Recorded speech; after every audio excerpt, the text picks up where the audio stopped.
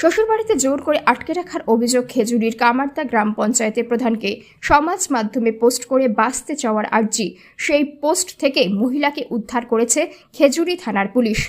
জেলা পুলিশ সূত্রে খবর, স্বামীর সঙ্গে বনিবনা না হওয়ার জন্য কামারদা গ্রাম পঞ্চায়েতের প্রধান অন্য জায়গায় ভাড়া বাড়িতে থাকতেন। গত 15 জানুয়ারি অফিস থেকে বের হওয়ার পর তাকে স্বামীসহ কয়েকজন জোর করে অন্যত্র তুলে নিয়ে যায় বলে অভিযোগ। এরপরে ওই মহিলা বুঝতে পারেন খেজুরির জাহাবাবাদে শ্বশুরবাড়ির দোতলায় একটি রুমে জোর করে তাকে তালাবন্দি করে রাখা হয়।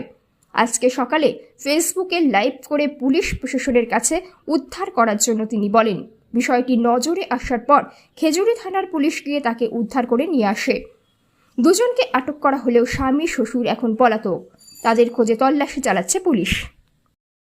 ভবানী মণ্ডল, শ্রীমতী ভবানী মণ্ডল, যিনি হচ্ছেন খেজুরি থানার কামারদা গ্রাম পঞ্চায়েতের প্রধান, তার একটা ফেসবুক লাইভ আমাদের নজরে আছে, আমাদের সোশ্যাল মিডিয়া মনিটরিং সেল এবং আমাদের খেজুরি থানার তরফ থেকে তাকে রিচ আউট করা হয়। তিনি এটা বলেন যে তাকে এক প্রকার বন্দি করে রাখা হয়েছে তার ইচ্ছার বিরুদ্ধে।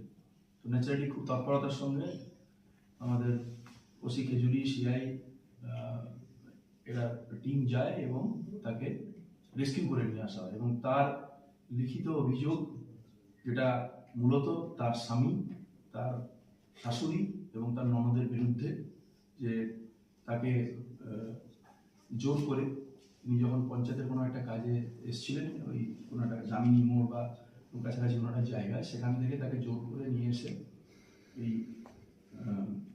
এই যে বাড়িটা থেকে আমরা তাকে উদ্ধার করলাম খেজুরি থানার অন্তর্গত, সেখানে তাকে অবরুদ্ধ করে রাখা হয়। তো এটা অভিযোগ আপনারা বুঝতেই পারছেন গুরুতর। আমরা তদন্ত একদম প্রাথমিক স্তরে আছে। আমরা বাকিদেরকে আটক করে আমরা জিজ্ঞাসাবাদ করছি এবং অন্য যে দুজন মহিলা আটক করে যাদেরকে জিজ্ঞাসাবাদ করা হচ্ছে তাদের তরফেও কিছু অভিযোগ উঠে আসছে।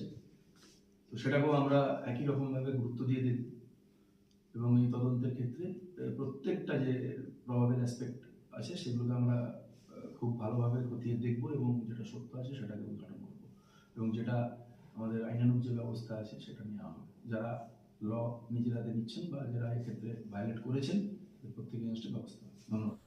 ব্যুরো রিপোর্ট, বাংলার কথা।